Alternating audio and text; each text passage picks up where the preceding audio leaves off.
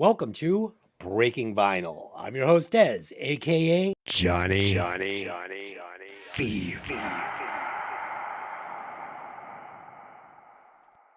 And as always, I'm joined by my two co-hosts. First up, the podcaster who likes the beat on the dark side, Delynn. Hey, what's going on? And last but not least, the podcaster playing the deep cuts, B-side Dave. What's up, Dave? Hey, howdy. All right. Tonight, we will be discussing Fleetwood Mac's Rumors, produced by Fleetwood Mac, Ken Collette, and Richard Duchette. Oh, no. Delynn, would you like to interject there? You carry on. Okay.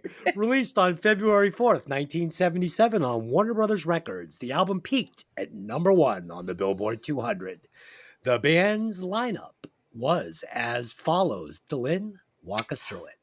All right, so you got Mick Fleetwood on drums, who is the guy that they named the band after. You got Lindsey Buckingham singing, writing songs, playing guitar. You have John McVie playing the bass. He does a little bit of writing. Christine McVie playing keyboards, so she plays piano and organ and also writes music. And of course, the fantastic Stevie Nicks doing songwriting and singing lyrics. Not singing enough, in my opinion. Okay, let's share some opening thoughts. A couple of band facts, too. So I just got one band fact. Stevie Nicks should have sang more on this album. That's a fact. Dave, do you have any facts on this album? Yeah, a couple. Fleetwood Mac was a blues band starting out in 1967, including the influential guitarist Peter Green. Only the drummer and the bassist remained from that first lineup to this current one for the Rumors album. Sold more than 40 million copies worldwide, making it one of the best-selling albums in history. Wow. There's a couple other things. Does anybody else have some facts? Delynn? Oh, well, I mean, I don't want to hog them all up. Yeah, I mean, let's just open the can of worms. That is, this entire album is fueled by crazy emotions and cocaine. Like the entire album. Yeah, like they were doing copious amounts of cocaine at this time. And you have Lindsey Buckingham and Stevie Nicks breaking up. You have John McVie and Christine McVie divorcing. Mick Fleetwood found out that his wife was cheating on him. Like there was like a lot going on here. And it reflects. Yeah, it reflects. Sounds like my early 30s. Oh, God. So it reflects a lot in the album. Also, there was a song called Silver Spring that was supposed to be included in this album, which would have made another Stevie Nicks sung song, but it got cut. And it was like a bone of contention for a very long time. Like there was hurt feelings for many, many, many years after the fact that it got cut. Yeah, I felt like they left their best player on the bench for a lot of this album. And it hurts the album a little bit. Let's be honest. I mean, it's fucking Stevie Nicks and, Lindsey Buckingham, good voice, right? And, there's a couple of songs that he had to sing. Absolutely. I wouldn't take them off, but 2 tracks, you're going to give Stevie Nicks 2 tracks. No, that's a mistake. All right. So Dave, had you listened to this album back to back before preparing for the podcast? I have listened a time or two to the full album, but thanks to classic rock radio, I knew most of these songs, about 6 or 7 of them out of the 11. Yeah. No special memories, but when I was a younger guy, this was a little too soft rock for me. Kind of grown up old man rock or whatever. I didn't really appreciate this until I got older. There was a cool story that I found also about this. When they were doing overdubs on the album, the guitars and the vocals and everything, at one point they sort of, they realized like, hey, the bass and the drums, the basic tracks that we lay down first are kind of sounding pretty crappy. What's going on with there? So they sort of look, and the analog tape was actually, falling apart because they had gone over and over and over so many times putting on extra tracks. So they had to do. That's surprising. Yeah, well, that's analog tape for you. But they had to do this crazy operation where, thankfully, when they were recording their basic tracks, they actually had a setup where there was 2 tape machines running at the same time. So they basically had 2 copies of the originals, and they had to do this crazy operation where they took all the overdubs they made and copied them over to the one good copy that hadn't been worn out yet, and with Wow. machine running trying to sync up the 2 tape decks, and that saved pretty much the whole album. Otherwise they would have had to go back and start over again. Can you imagine that? And now today we've got, our DAWs and our clipping and cutting and just slipping things in and out. And it's so much easier now. It's Oh, Right, crazy. yeah. even at that, as you know, that's not always foolproof. If you don't save, you don't do this, you don't do that, you can Oh yeah. destroy something just as easily. How many times have I come downstairs screaming, I just spent 4 hours recording this and I didn't save it in the fucking computer. And I'm like, well, that's why you got to save constantly. Yeah, I've lost a couple of tracks like that. Control All S. right. Yeah, yeah. And Delynn, you've heard this cover to cover. Oh yeah. Yeah. Like Dave, like when I was younger, I probably wasn't as interested. You got to remember, like, so this came out in 77. I was born in 74, so I was 3 when it came out. So, by the time, what actually got me interested in it was when Stevie Nicks was in the 80s, doing like the, if anyone falls with that video and the cool, looking like a witch. And I was just like, oh, that's the coolest thing I've ever seen in my life.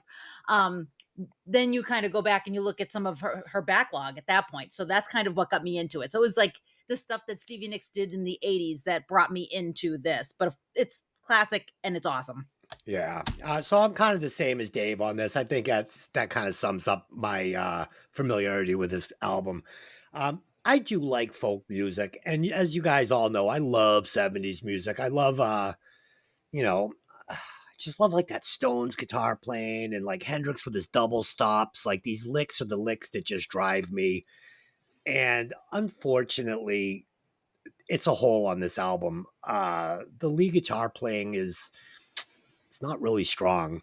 And the guitar sound, his amp is really squeaky. It's not very good. And, I'm not trying to insult him. I mean, he's a legend. And yeah, I mean, if he was sitting in my room playing guitar, my jaw would probably be on the floor. But like I was saying to Delynn earlier, I mean, I'm comparing him to other guitar players of that time. And his bag of licks feels very limited to me. And his lick choices sound a little bit repetitive. He's hanging on one note too long here and there. So yeah, I mean, we'll get into it. But, this album is built on top of great lyrics, great storytelling, great vocals. That's what this album is. I mean, that's why I was saying, Dave, I was surprised about wearing the tape out, like going over. It doesn't sound like a album with like a million tracks on it.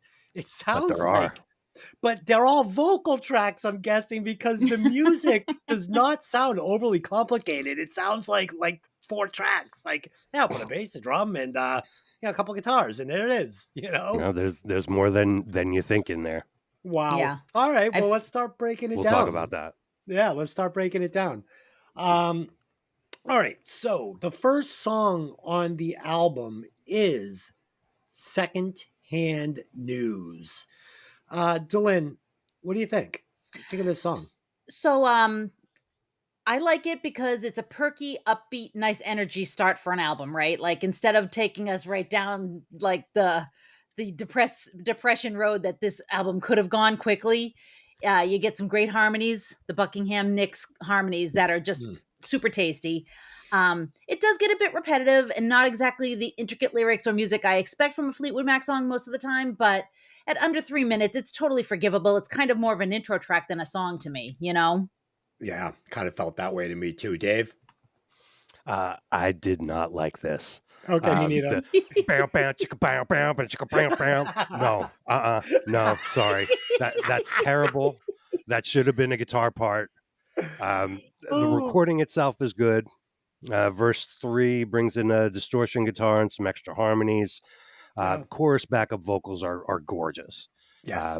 The guitar solo at the end is fine. A little kind of cutting tone, which matches the vibe of his lyrics and everything like that. I mean, it's not a guitar band. That's what you got to remember here. Right. We're not talking about Van Halen or Billy Gibbons playing for ZZ Top. He's playing for the song. Right. But I, but is he? But but is he? I wish they changed up the feel for part of the song. It got the galloping got a little tiring after a while. They're playing like percussion on a chair and shit. If you listen to some of the Really? stories about this, oh yeah, chair Wow. percussion. Nice. It's interesting. Dave, the guitar tone is unforgivable on this song. Okay. It was I've making heard worse. I've I made don't worse. know. It was dude, it was making the hair on the back of my neck stand up. It was so squeaky and so just it was terrible. And I hate to say it. I mean, I don't want people to be like, oh, fuck you, but it's like it just wasn't good. So their voices melt together magically on this. I mean, from the first time you hear them singing on this track, you know what you're getting on this album. You're getting vocal magic. But that chorus, man. I need some words, Dave, right? Oh yeah. I need some words, man. Don't give me the shabba da da da. I don't want that. Sha-na-na-na-na. Yeah, I'm not shenanigans with Fleetwood Mac. I mean, this band is built on lyrics, and this is not a good way to start this album off, in my opinion. Yeah, so I mean, that's really what I got on this one. I mean, it's hot and cold for me. It needed lyrics. I hated the guitar sound. I thought the solo was overly simple, coupled with that bad sound. And then the chorus, they're better than this. That's all I'm going to say. Fleetwood Mac is better than this. That's all you're going to say? You have quite a bit to say. Okay. Next track is Dreams, Delynn. All right. So if you ask me, this is where we dig into what this album is really about for me. You get Stevie Nicks' clever lyrics, her beautifully haunting vocals. You get a strong rhythm section, super tight drumming to me, at least, but it's understated. And then the chorus with McVie and Buckingham behind Nicks. It's gorgeous and it's lush. I think this is a beautiful song. I love it. Oh, fuck yeah. Dave? Yeah, this is great. The drums, bass, and keyboard provide an excellent foundation for the decoration on top. The steel guitar style fills, and of course, Stevie Nicks' magical voice. Second pre-chorus, you can hear the cocaine. 2 minutes and 33 seconds. Tell me she does not have a stuffy nose. And they should have retook that after she went and blew her nose. Just saying. That's awesome. But very subtle backup vocals that are nice. And even those basic instruments making the foundation, they keep it interesting. They don't repeat the same thing over and over. They kind of, a little push pull back and forth. They're not just repeating that static pattern. Yeah, great take on that. So I'm with you. The steel guitars on this album are phenomenal. I don't want people to think that I'm saying this guy can't play guitar. He is really good rhythm player, plays some great, slides, some great steel. It's just when I'm longing for a melodic solo, which he goes for a few times on the album, I just feel like he comes up a little short. And I also felt like, when I say that again, he's fine, but I'm looking for something that like Eric Clapton would lay down on this, that would make it like, it would add that layer where you're just like, wow, this is amazing. He is not up to the challenge of these songs and this songwriting and these vocals. It's fine though. It's fine. This is my favorite female performance of all times.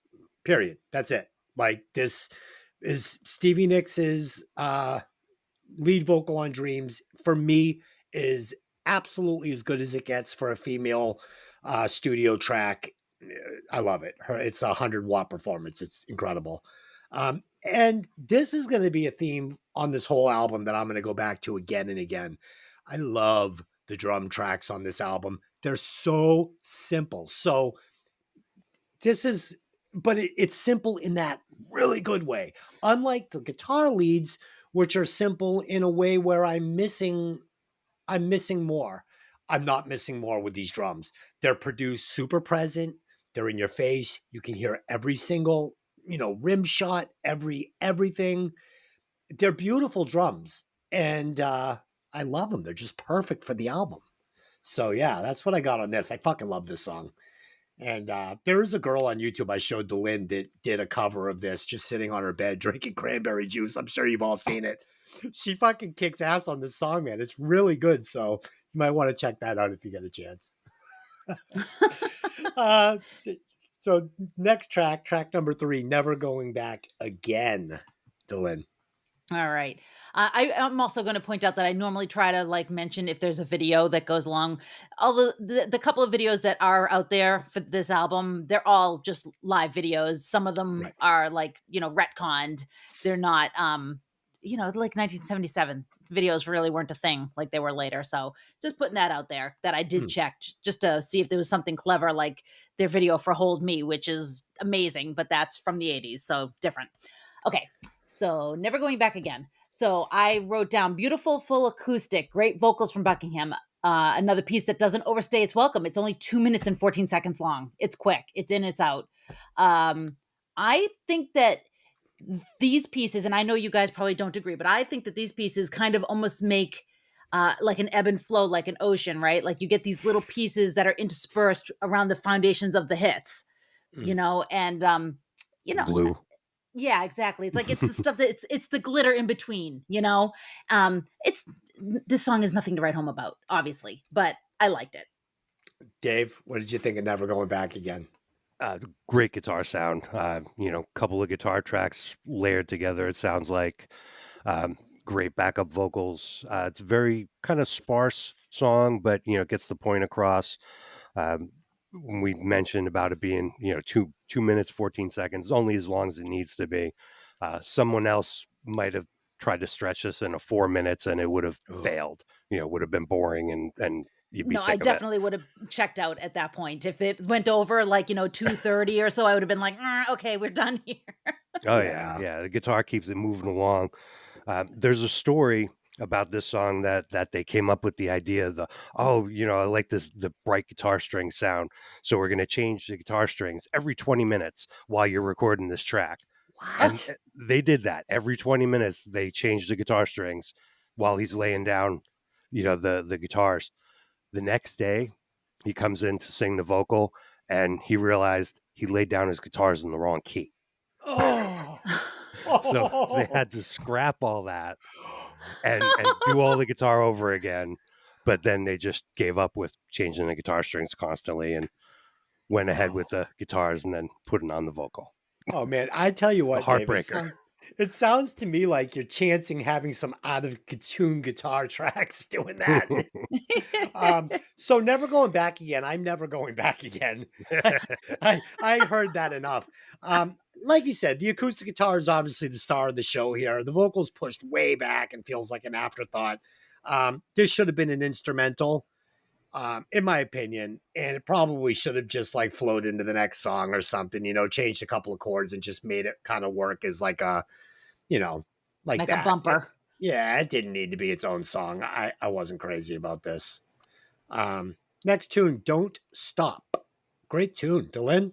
Yeah, so here you kind of get something that it's an anthemic song, right? Like, and this is the late 70s. You're talking Queen, you're talking Led Zeppelin, you're talking all those bands that are out around this time. Good beat. Felt like the guitars were pushed way back in the mix, but that's kind of okay because that kind of feels like that's what they were going for. They were going for pushing the beat forward. He's not screaming. He's not pushing it in your face, but the message is there. Don't stop thinking about tomorrow. It will soon be here. I like the guitar solo. There's effect. I know you don't, but I like it. There's effect, but the sound is so clean and McVie's piano is behind everything and it's like hidden behind. You can hear it like popping out here and there. And I really appreciate that. And as the song goes, the piano gets more intense and comes more forward and more forward. Keeps the song interesting to me. And I feel like without the piano, the song would have suffered. So I appreciated those layers. Yeah. Dave, what do you think? Yeah, this was a big hit. Rock solid rhythm section, bluesy shuffle kind of going on, maybe a little throwback to their, previous blues career. I like the guitar solo and the little fills that he's throwing in throughout the song. They're they're nice.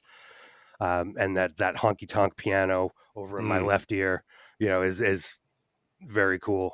There's so much going on by the end of the song, all the layers of instruments and everything, but it's still cohesive and doesn't turn into a mess. Yeah. Uh, yeah, great vocal performance coupled with strong lyrics, the signature of Fleetwood Mac. It's all on display here. It's a great song. Unlike you guys, I'm not crazy about the guitar solo, but I am crazy about the rest of the guitars. So, he's doing some great stuff on this album. But, like we were saying with Queen, you got Brian May, you know, he's doing rock amazing. You're getting all those licks you want to hear.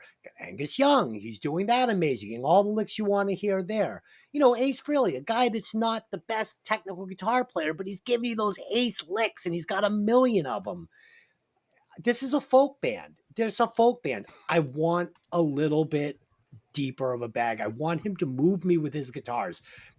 Maybe don't play single note leads. Maybe play some slide guitar. Just play to your strengths.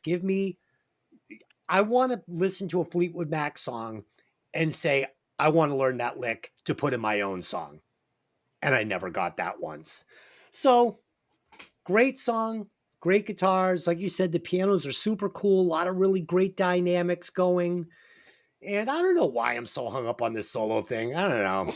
Maybe I should just let it go. Maybe you should let it go. All right. All right. Next song. Go your own way. Delynn, what'd you think? All right. So this song is the perfect example of the strained dynamic between Buckingham and Nix. I mean, this song it's him. He's talking to her. And it's like, it's a lot, right? If you actually stop and listen to the lyrics, like, you kind of just like, oh yeah, let's go your own way. But like, if you actually listen to it, it's like, woo, okay. It's a picture of two people that can't seem to find common ground no matter how they feel about one another. I love the drums because the drums almost get like jungle drums to me in this. Good. Yeah, like I really liked that. The bass flies during the choruses and the outro guitar echoing the melody was really nice for me. And it's funny because there's a shaker being played in there that almost adds to this like buzzy energy that the song has. Like it's kind of got like an unsettled buzzy energy, and that shaker just keeps that going through the whole thing. Oh, I'm yeah. sure is there a fancy name for a shaker? Like the thing? Just an egg, right? Shaker. They might have used real maracas, but they might have. Who knows? Well, we found out on the Junkyard episode that what's his name there? The guy who produced the Junkyard album is a professional egg shaker. Oh, that's right. There's an art. He was telling us it's the way you shake it, the way you hold it. I was like, really? I had no idea. Dave, you know what's funny though? You were talking about how they had to splice these two tapes together to get the album, or they were, doing this.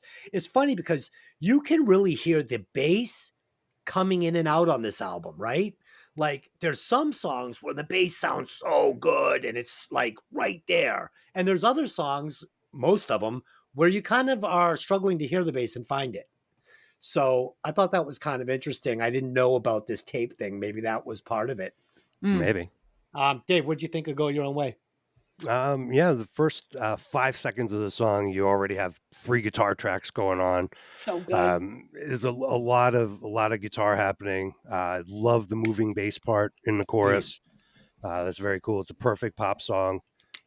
Very full. Nothing is tripping over itself. Yeah, it's good. So this is one of the songs I wanted to hear Stevie Nicks on the lead vocal. I'm fine with it the way it is, but I feel like this would have been possibly a better song and a different song if they had let Stevie have it. And are you ready for this? I really loved the lead guitar on this one. I did. I liked the solo on this one. I did. I liked the solo on this one. So there you go. All right. Not a total fucking douche. Today, this moment. Track 6 is Songbird. Delynn?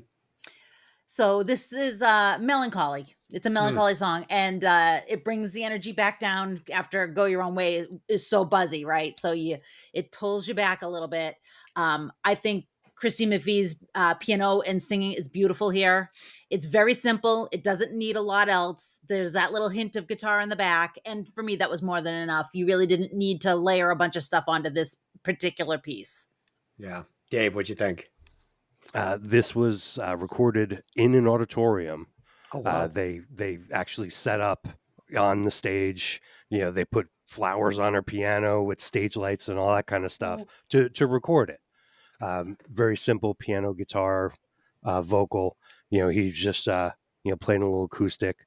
They used 15 mics on the piano. Wow. to get the particular sound that they did. It's a pretty kind of emo song. If I had any feelings, I might get a little glassy eyed listening to this. But inside the Dave. Yeah. Holy shit, that's fucking great. Yeah, I welled up a little bit listening to this one because I have too many feelings. I'm the guy that cries and watches rom-coms. Honey, Yeah. didn't I just cry the other day watching a rom-com? Yes, you did. It was that new one with the girl from The Office. It was that rom-com with the girl from The Office that came out recently. I was sitting on the couch crying. Holy shit. Fuck, I might edit that out. Leave it so in. yeah, go ahead, Dave. That was it. That's all I had. Okay. So this song has a beautiful story to tell. And like I said, it choked me up. I mean, I just lost my little dog. So I was thinking of him while I was listening to it and getting a little weepy. The piano's beautiful, but the guitar is very thin. I wish it had, and it didn't have to have a shitload of guitar. I just wish the acoustic that they had put on it had that nice, lush, full acoustic sound that was warm and filled up that area of the track. I thought the guitar was very, very thin on this, and it hurt the song for me. And I also wish that Stevie Nicks had sang this song. I wish Stevie Nicks had sang a ton more of these songs because she's such an amazing singer. It was a mistake. I don't know why they just benched her for the album. So yeah, it's kind of where I was on that. But it kind of makes sense, Dave, saying that it was recorded in an auditorium. I mean, maybe the size of the room just gobbled up that acoustic sound. You know what I mean? Yeah, it could be. From what I saw, he was sort of off stage, just like side stage playing his guitar, for timing.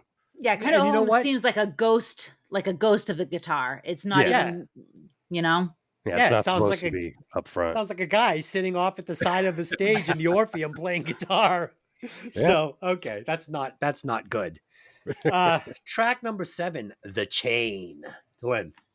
All right. Just like with some of the other times I've been on this show, I'm not going to front and try to pretend like I don't freaking love this song because I do. I freaking love this song. Every time it shows up in a movie, The Guardians of the Galaxy, it showed up in Our Flag Means Death. It takes whatever the storyteller is trying to take and takes it somewhere because this song is so dynamic.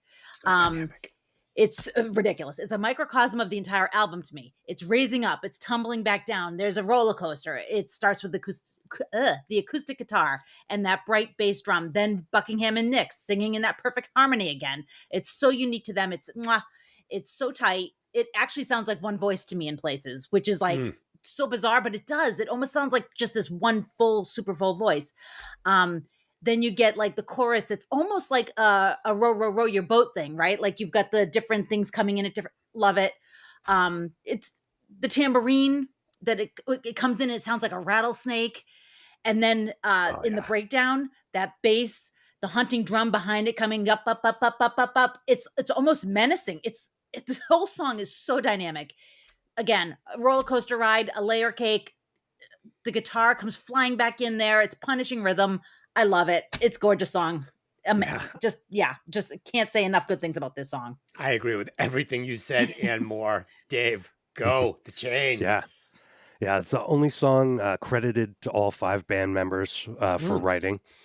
It was put together with some material from different songs that they had. They sort of, Frankensteined it together and reworked it until they were satisfied with the final product. He's playing some dobro guitar on there. That's that kind of like, funky, buzzy sounding guitar that he's got. The bass solo is cool. I like the guitar solo at the end. Yeah, this song is a song that's been properly flushed out. Sometimes we'll talk on this show about, oh, this was a great song, but it needed a little more. No, they finished writing this. Okay. There was no place else to go. There was nothing, no afterthoughts, no, Monday morning quarterback. I'm like, oh, we should. No, it's done. So the stereo hard left and right guitars in the beginning are absolutely perfect. And I love when you do this competing guitar thing where you've got guitar on the left, guitar on the right, doing completely different things, but locking in. And you would get Izzy Stradlin doing this with Slash a lot on Appetite, where they would be playing different things. And oh, fuck, if it didn't work great. And we're getting that here. And the guitar sounds are fabulous. It has an amazing rhythm section. The bass finally is popping in, but it's popping in spots, which is interesting. But it was dynamic. I really like that because when it came out, it really grabbed my attention. Drums, so simple, so effective. I absolutely love them. He's not doing anything special. He's just fucking playing a beat. But for some reason, it's making my ears stand up, and I'm just loving it. And it's got that really classic 70s drum sound that, like, it's just done so well. It's not like over affected. There's hardly any reverb on it. The snare is like somewhere between sounding like turned on and turned off. Like the switch is like 3/4 way. Oh, it's so fucking good.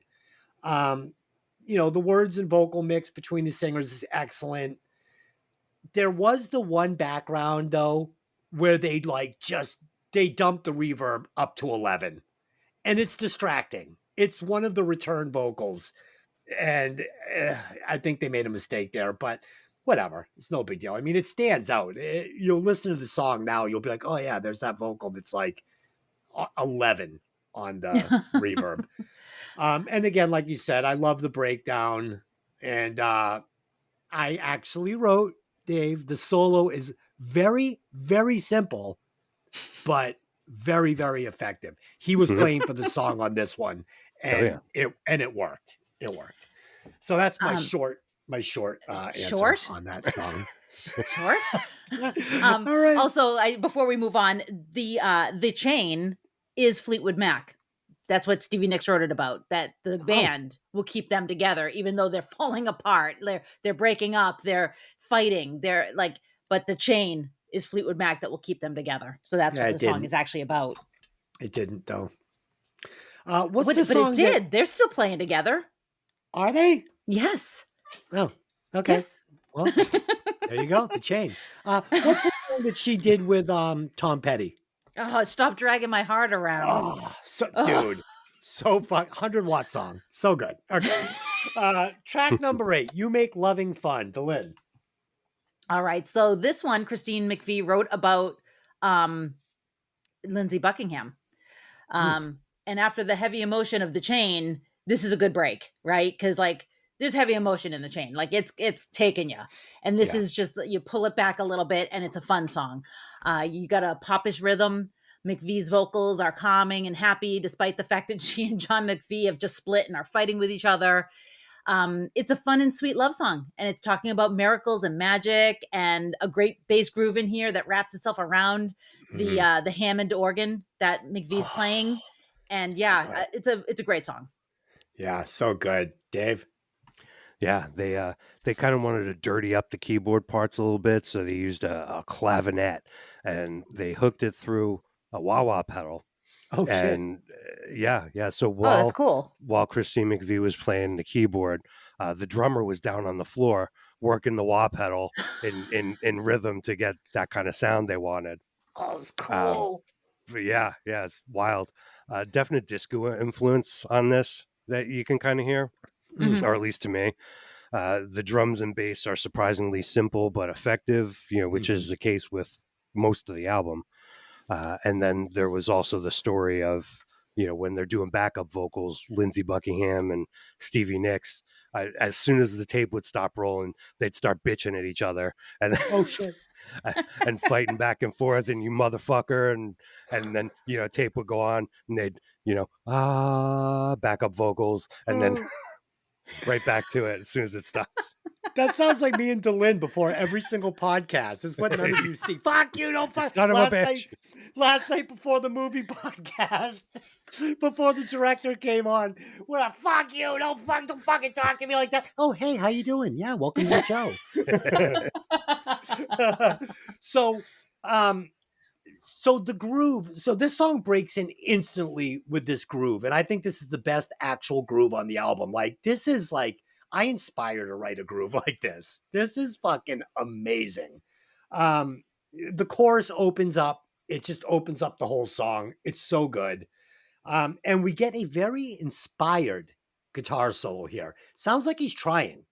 And I want to say this though. I want to say this about him. So he is not a lead guitar player per se. Like, that's not his thing. Like, he's not a guy that was like, hey, I'm going to be the best lead guitar player in the world. No, this man is a songwriter. He's a singer, and he can play everything because he's a songwriter. So I'm going to give a tip of my hat to him.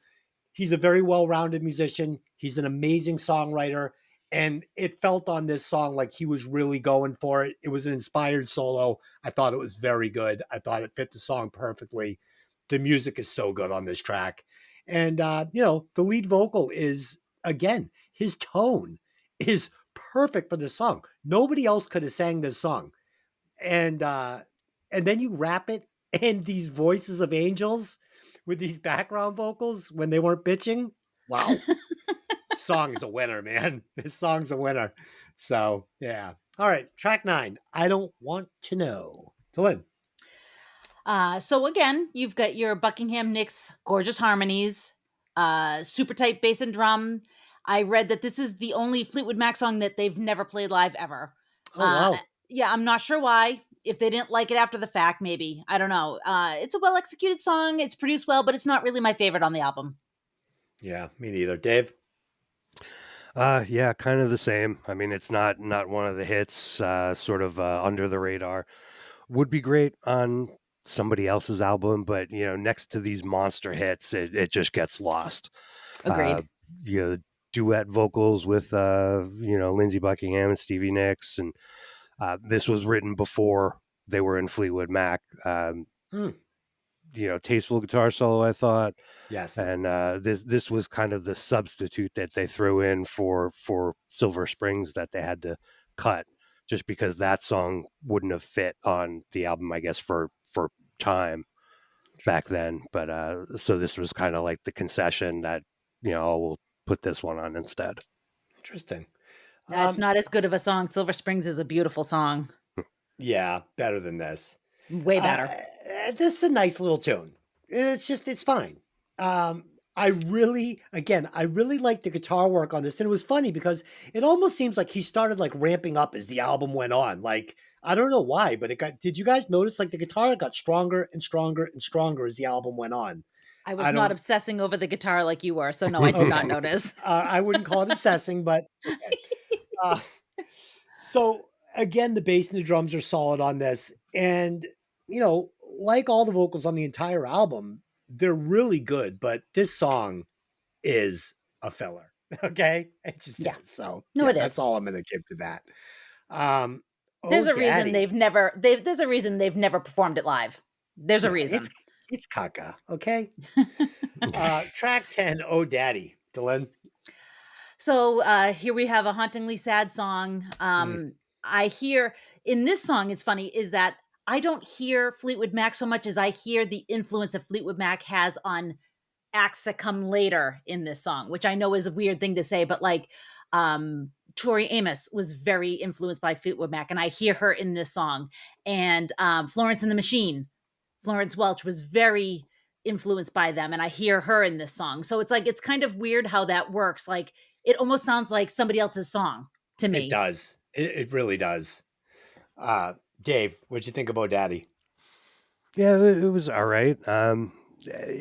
From what I hear, they had a hard time finding the right tempo for it. Too slow and it would drag, and too fast it just wouldn't have that right groove. So, they sort of settled in at where it wound up. The low piano notes were cool, and you get some little guitar harmonics, sprinkling in your ear. There was also, towards the end, there's some random keyboard notes in there. Apparently, during a take, um, she sort of just played some random notes to get the recording engineer's attention, and they just decided to leave those in there. So it's a little couple jazz notes in there. Interesting. Yeah. Um, yeah. So this one starts off with this organ, right? This nice little organ. Then we're going to get these very dramatic notes. It reminded me of a Pink Floyd song. Like, I was like, is this Pink Floyd? What's going on here? You know how we're going to go, dun, dun. So I thought it was kind of cool. I could have heard somebody else singing it. It didn't leave a big impression on me. Like you guys said, it wasn't really pop. It didn't really belong on the album. I feel like they're such strong songwriters. I was actually surprised at a couple of the holes in the album with filler tracks. I just feel like, they were between the group, they were capable of giving us, 11 close to hits, if not all hits. Mm-hmm. So, yeah. Track 11, Gold Dust Woman. Delynn? All right. So, I mean, quite frankly, obviously, this song is about cocaine. So, let's just get that out of the way. But at the same time, you get your perfectly witchy Stevie Nicks here. You get your slinky guitar, the echoey voices, esoteric lyrics. The chorus is gorgeous. Again, you're doing the layering the voices. That is so Fleetwood Mac. And it hits and it backs off as quickly as it came. So it's like this like ebb and flow, like I was saying earlier. The song's mysterious. It's fantasy. It's cocaine, Yeah. Does she make you cry, make you break down, shatter your illusions of love? Well, is it over now? Do you know how to pick up the pieces and go home? Like, what? Okay. No. Okay. And again, you get those jungle-like beats from Mick Fleetwood that feel like they shouldn't work in a song like this, but they totally do. The screeching chords from Buckingham are way back in the mix. So even though he's screeching a little bit here, it's not too bad. Gets a little jammy in places, but it's tight. And I love it. Good song. So back in the day when I was gigging, the rule was, we'd go to after parties, whatever. The rule was when Delynn found me with an acoustic guitar in my hand playing Every Rose Has Its Thorn, that meant we had to leave and go home. So whatever that was, she'd be like, dude, you're doing it. That's it. Let's go. And I couldn't argue. I'd be like, oh, fuck. All right, you're right. We got to go. So it happened every night. Every night. I don't know why. I didn't fucking like that song, but for some reason, I get all fucking blasted out of my skull and be like, all right, it's time to play Every Rose Has Its Thorn. She'd be like, dude, don't do it. It's time to go home. And I'd be like, oh, fuck, you're right. Dave, what'd you think of Gold Dust Woman? Yeah, this was a haunted, moody song. Yeah. Apparently, when they were writing it, it started out as pretty just, sort of plain and folky. Then the more they worked on it, it just got darker and creepier.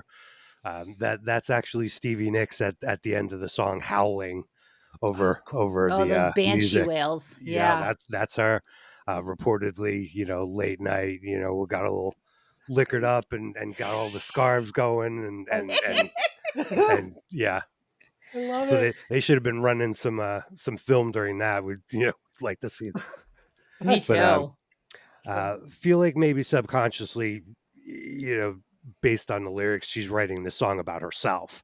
Mm-hmm. That I couldn't find, her coming right out and saying that, but it kind of seems like it. It feels like it. So we're back in Stevie's world here, and this is where I wanted to be on the whole album. Great words, great vocals. This is where we're going to get the absolute, in my opinion, the absolute best guitars on the entire album. They're great. These guitars are fucking great. It's a very interesting drum track. Okay. So I think I wanted more straight drumming on this, and I specifically wanted more straight drumming in the chorus. I missed it. And I'm so used to hearing this song that it's not like it's like, oh, it's fine the way it is, of course. but I just felt like in the chorus, I wanted a straight beat. I wanted to hear it. But it was a stylistic choice. I mean, he is definitely playing some very creative, weird drums on this. Mhm. And, so I'm fine with it. I mean, I love when an artist, makes a stylistic choice and goes for it. And he did. And it worked. And, maybe if he had gone with a straight beat, it might have, maybe cheapened the song a little bit. I don't know. I'm a cheap bastard. So maybe it was a bad stylistic choice on my idea. Um, yeah, last night when I told the producer and the writer of the movie we did, I was like, no, this is what you meant. He's like, dude, it's not what I meant. So I'm like, okay. Yeah, So literally Tony goes, "Yeah, why don't you just tell the guy that wrote the movie how he should have written the movie?" I was like, I'm "Oh like, if you god." want to go forward in interviews and say that's what you meant, that's fine. I'm okay with that. He was like, no, I really don't.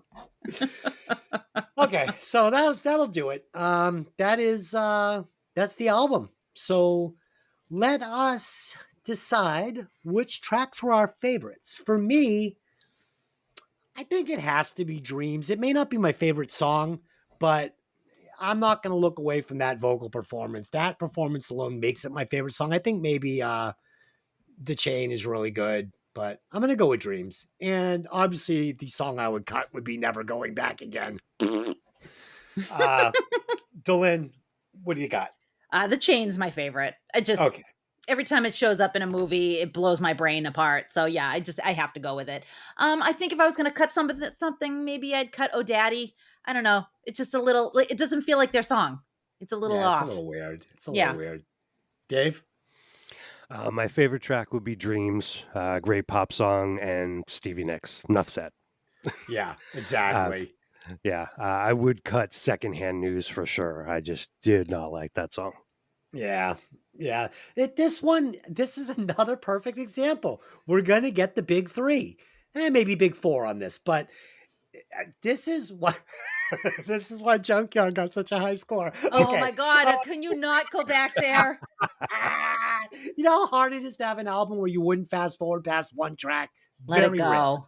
Let Very it rare. go. Let it go. Eventually, we are going to have to do Appetite for Destruction, and I'm going to just say right now, it's going to be the first perfect album that we score on this show. It's 100 watts. Dave, is Appetite 100 watts? Yes. Yes. I'm Delynn, telling you now, I'm going to give it 100. So I am Yeah. also going to give it 100. Delynn, would you give it 100? It gets 100 watts just on Rocket Queen alone. Like Okay. just that one song. We may not even have to do it. Let's just say Appetite's 100 watts and put it in the number one position. Okay. So replacing musician and replacing him, I'm going to take out Lindsey Buckingham as the lead guitar player. Surprise, surprise. And I know I've used this one on a few different episodes, but I just think it's perfect for this band. Eric Clapton could have given you that deep bag of licks that would have accented this album and made it a much deeper, richer, fuller, more mature. It just would have been a stronger album with Eric Clapton playing these leads. It would have blown your mind. So yeah, that's what I got. Dave? I also choose to replace Lindsey Buckingham. Incredibly talented singer, guitar player, writer, great guitar parts. Just kind of get a jackass vibe from this guy. Yeah, fuck him. It's like I don't know anything about him, but he just seems like a nasty, bitter person. It could be that the situation, the time that they were going through during during recording and all that, but he just seems like kind of a dick. Yeah. And he comes into this band. He's a replacement guy in this band, and he pretty much takes over everything. If you listen to the stories of the recording, it's like he's trying to call all the shots, and we're gonna do this, and this part's gonna be like this.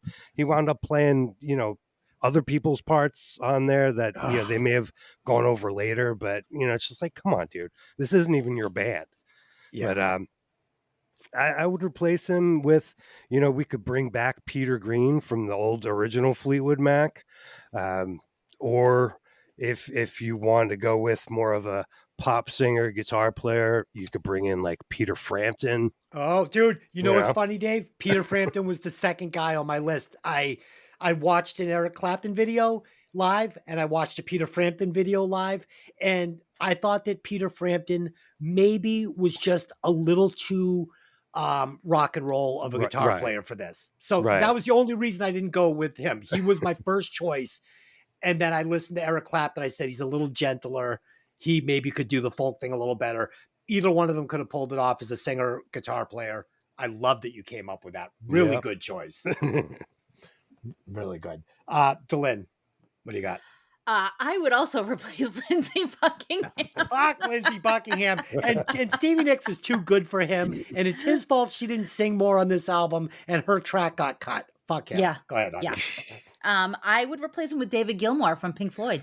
Oh man. Gilmour was on my short list for this band. He was like third though, but I do like that. And he also could sing and pull it off. So I think we all had really great guitar players. Agreed. I think they were all very good. And I mean, Christ, you could have put Joe Perry in there and he wouldn't even sing and it would have been fine. Just this is my point though. Lindsey Buckingham is like a guitar tech for any one of the guitar players we just mentioned. And that was my problem with him on this album. Okay, let's do a final thought and a watch score. I'm going to go last because you guys know I'm a score whore. And then when I tried not to be a score whore, I started like undercutting. So I want to get a feel for the room here. So Dave, go ahead. What's your final thought on this album and your score? All right. So I'm kind of blown away by this album, listening to it closely, how lush and full they were able to make this, just using, basic instruments, voices, recording techniques. There's no drum machines. There's not a lot of, there might be a little synth part here and there, but mostly not using synths, but, like real keyboards and stuff, that they can make it sound this big and this produced. Without all modern kind of stuff, back in the late 70s. Many monster hits, a few okay songs, great writing, great performances, great recording. I give it a 73. Wow. That is high praise because Dave, you do not give out the high scores unless you really like it. So that's high praise for this album. Delynn. I gotta say, I'm a little surprised by Dave's score because I had it at a 73.6, so I figured he was gonna be way under me. Honestly, can't say much more than he already did. You've got these tent poles of these monster songs that literally have become pop culture at this point, right? And some of the lower points does drag it down. If you were just listening to Fleetwood Mac's greatest hits, you'd just be getting all the hits. But if you listen to actual rumors, I mean, there's a reason why it won the Grammy for Best Album in 1977. There's a reason why. And I'm giving it a 73.6. Okay. This album is made up of really talented singers, obviously, that sing perfectly together. That's the cornerstone of the album. That's what it's built on. The lead guitar playing is slightly weak. I don't love the sound of his amp. The drums are fairly simple, but really, really, really, really good. Dreams has a 100-watt vocal performance on them. So the album as a whole, I had 69.92, but I'm going to go with 70.01 because I just want to I think it's worth it as one of the most the highest selling albums ever. I have to give it 70.01. That's my score. All right. So with you, me, and Dave added all together, that brings it out to 72.20333. I think that's fair. It might be a little better than that, but I think that works. And Dave, with that score, where does it land it on the Breaking Lionel charts? All right. That lands us at number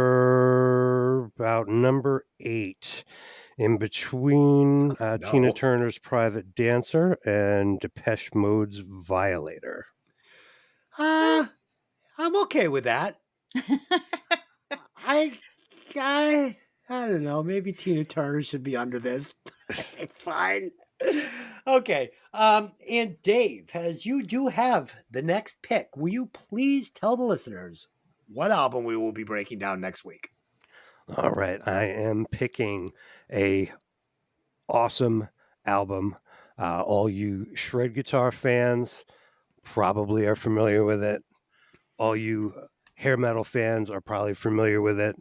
There's Greg Bissonette, there's Billy Sheehan, there's Steve Vai, and there is Diamond David Lee Roth. It is David Lee Roth's Eat 'em and Smile. Oh, I'll be looking forward to that one. So, fun fact, I took about a year of my life and learned how to play the Crossroads solo from the movie Crossroads. Is that right? Yes. Okay. Yes.